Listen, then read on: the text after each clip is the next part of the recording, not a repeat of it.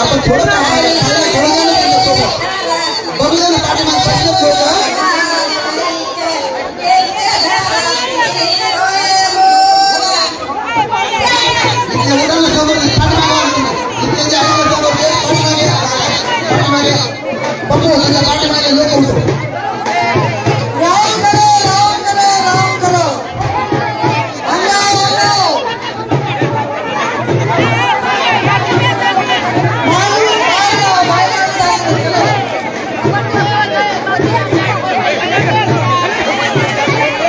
एकही पुरुष उभा राहू नका. आपण सगळेजण बघूया ना. ठीक आहे, उभा पाठीमागे खूप जागा आहे. उभा इथे उभा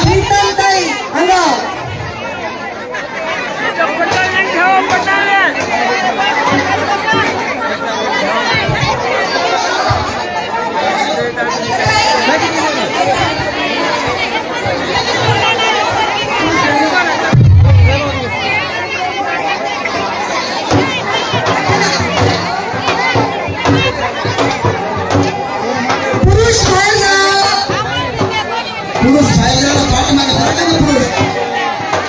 काका माणसं उत्पन्न देतात ते पाठीमागे जागा आहे ते उत्पन्न म्हणलं तुम्हाला दिसत नाही.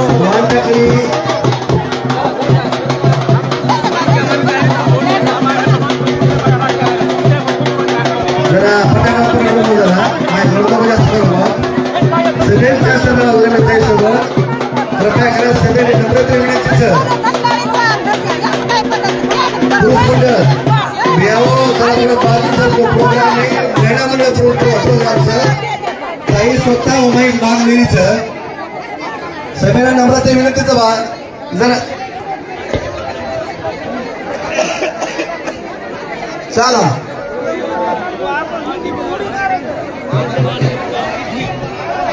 हॅलो सर्व बंजारा बांधव महिला भगिनी याडी बेने भाई बर सगळा सोयरा सभेरो कार्यक्रम यायचं सभेरो मनपूर्वक खूप खूप धन्यवाद कार्यक्रम जाधव सर किती जाधव सर कार्यक्रम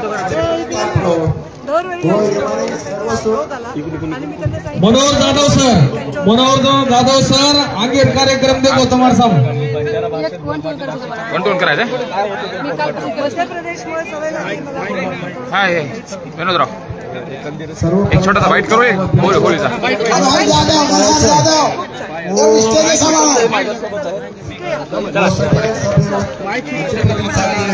वाईट करू एक होळीचा शुभेच्छा देणार कॉमन करू कॉमन चला हे पकडा हे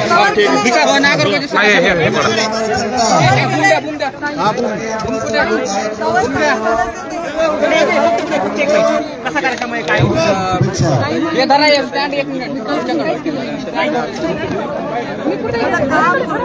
सावली तर घेतला असते हे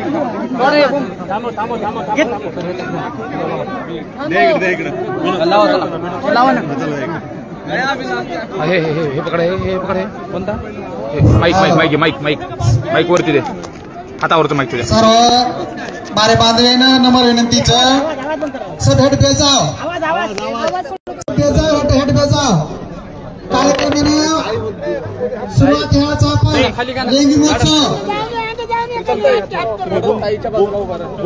ताई आज होळी आहे खरं तर होळी शिमगा या अर्थानं आपण सगळे तिला ओळखतो राजकारणामध्ये पण आणि बाहेर पण आता तर दिवस तसे सुगीचे आहेत निवडणुका जवळ आल्यात सगळे आरोप प्रत्यारोप सुरू झालेत तरी हा एक वेगळा कार्यक्रम होता जिथे बंजारा समाजाने तुमचा एक कार्यक्रम आयोजित केला होता, तो लिंगी महोत्सव.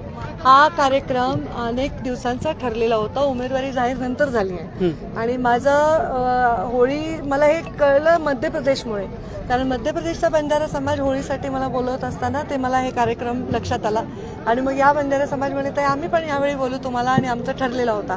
खूप मस्त सुंदर रंगीत, म्हणजे बंजारा समाजाचा कार्यक्रम हा सुंदर असतो, आनंदात आम्ही सगळे असतो, गाणं म्हणतात महिला, एवढे कष्ट करले तरी चेहऱ्यावर इतकं हास्य असतं, एवढं सौंदर्य असतं. खूप सुंदर कार्यक्रम झाला. होळीच्या आगीमध्ये आपण सगळ्या वेदना, याचना, नकारात्मकता जाळून नवीन वर्षा सुंदर असं उज्ज्वल असं भविष्य असावं अशी प्रार्थना करतो. मी माझ्या बंजारा बहिणींसोबत हे ते बघा त्यांचा अजून कार्यक्रम चालू आहे, त्याच्यामध्ये मी त्यांच्यासोबत कार्यक्रम करताना हेच सांगेन की त्यांच्या यातना, त्यांच्या वेदना, त्यांच्या प्रार्थना, ह्या सगळ्या गोष्टीचं मी काहीतरी करू शकेन एवढंच या निमित्ताने मी होळीला प्रार्थना करते. जंगी स्वागत झालेलं आहे तुमचं, पहिल्यांदाच परळीला आलेला उमेदवारी जाहीर झाल्यानंतर. माझं स्वागत आता कुठून सुरू झालंय? परळी तर माझी मायभूमी, जन्मभूमी आहे आणि त्याच्यामुळे माझं धामणगावला जरी झालं असेल तर मी नगर पुण्यापासून चालू आहे की उमेदवार झाल्यापासून स्वागत. तर परळी तर माझी जन्मभूमी आहे, माझी कर्मभूमी आहे आणि आता पालकमंत्री आमचे भाऊ आहेत, खासदार ताई आहेत, तर मला तर जंगी स्वागत असंच झालंच पाहिजे. इथे इतरांपेक्षा असंच असलं पाहिजे. ह्या होळीमध्ये रंगाची उधळण केली जाते, मात्र आज नात्यांची उधळण खूप मोठ्या पद्धतीने पाहायला मिळाली. जे कौटुंबिक नाते आहेत त्याच्यामध्ये खूप चांगल्या पद्धतीने आज त्याचा रंग भरल्याचं चित्र पाहायला मिळालं. कौटुंबिक नाते हे आता 2 वर्ष जुना विषय झालेला आहे. आमची उधळण झाली आहे 2 वर्षापूर्वीच्या होळीत. आता आम्ही सगळे निवडणुकीच्या गुलालाच्या उधळाकडे वाटचाल करत आहोत. तर आम्ही 2 वर्ष झाले एकत्र करतोच आहे काम, तर ते आमच्यासाठी रोजचा विषय झाला आहे आणि मला वाटतं की आम्ही त्याच्यामध्ये ऑलरेडी पूर्णतः स्वीकारलेला विषय. मनोज जरांगे पाटील यांची आज बैठक झाली आणि त्या बैठकीमध्ये निर्णय असा झाला की येणाऱ्या लोकसभा निवडणुकीमध्ये सगळ्याच मतदारसंघामध्ये प्रत्येक एक अपक्ष उमेदवार दिला जाईल समाजाकडून. आणि मनोज जरांगे पाटलांची भूमिका पण स्पष्ट होती की कुठल्याही राजकीय आम्ही भूमिका घेणार नाही, कुठल्याही पक्षासोबत आम्ही नसणार आहे अथवा पक्षाला आमचा विरोध नसणार आहे, आम्ही एका अपक्ष उमेदवारासोबत असणार आहोत. तर हे त्यांनी आज भूमिका घेतली का? म्हणजे ते लोकसभेला अपक्ष उभा करणार आहेत का? अच्छा. तर मी त्यांना शुभेच्छा देते आणि त्यांनी जो स्टँड घेतला की त्यांना राजकारण ह्याच्यातून करायचं नाही, हे त्याच्यातून त्यांनी सिद्ध केलं. मला आज कौतुक वाटतंय की ते आपल्या स्टँडवर, म्हणजे कुठलाही प्रस्थापित व्यक्ती नसताना, खूप साधन सुविधा नसताना, खूप पैसा अडका ताकद पाठीमागे नसताना एक आंदोलन त्यांनी उभं केलं आणि ते आंदोलन त्यांनी मध्यंतरी त्याला थोडी दिशा वेगळी लागली तरी त्याला पूर्ण लाईनवर आणलं आणि लोकांना जो उद्देश त्यांनी त्याच्यामध्ये दिलेला आहे, तो उद्देश त्यांनी जे वचन दिलं होतं की मी कुठल्याही राजकीय पक्षाचा हे नाही राहणार, तर ते पाळत असतील तर मी त्यांचं स्वागत करत आहे या त्यांच्या भूमिकेचा. तर त्यांनी उमेदवार द्यावा का नाही हा त्यांचा वैयक्तिक प्रश्न आहे. काळे झेंडे दाखवले होते आणि झेंडे दाखवल्यानंतर काही मराठा तरुणांवरती गुन्हे दाखल केले गेले होते. ते आहे का ते फोटो कोणाकडे? तुम्ही पत्र देखील दिले गुन्हे मागे घ्यावं. काल काळे झेंडे तुम्हाला दाखवले. मी तुम्हाला ते पत्र देते. 2 मुलं उभी होती, छोटी छोटी, माझ्या लेकरा एवढीच असतील वयाने. हे जरूर दाखवा तुम्ही. बातम्या करण्याचे हे दिवस नाही, आपल्याला समाजाला असं ठेवायचं. माझ्या आर्यमनपेक्षाही लहान 2 मुलं उभी होती, एक तिसरा, त्यांच्या हातात रुमाल होता काळा. ते आपल्या घोषणा देत होता. तर त्यांनी एका ह्याच्यात काय म्हणतात, एका मोहिमेमध्ये किंवा त्यांना कोणी सांगितलं असेल की राजकीय नेते इथून गेले की तुम्ही हे करा, त्या लेकरांवर गुन्हा दाखल करा अशी माझी अपेक्षा नाही. मी पोलिसांना पत्र लिहिलंय की माझा ताफा कुठूनही गेला आणि तिथे 2-3 लेकरं उभे असतील लहान वयाचे, कोणी शिकत असेल, कोणाला उद्या नोकरीला अर्ज करायचा आहे, त्यांचं भवितव्य खराब होईल. मी या जिल्ह्याची माता आहे, या जिल्ह्याची बहीण आहे, लेक आहे. मला या जिल्ह्याच्या कोणत्याही जाती धर्माच्या लेकरांचं भविष्य खराब करायचं नाही. मी पत्र दिले, मी पत्राची कॉपी तुम्हाला देते. थँक्यू. आमच्या दोघांच्या गाडी वन करायचं तुला.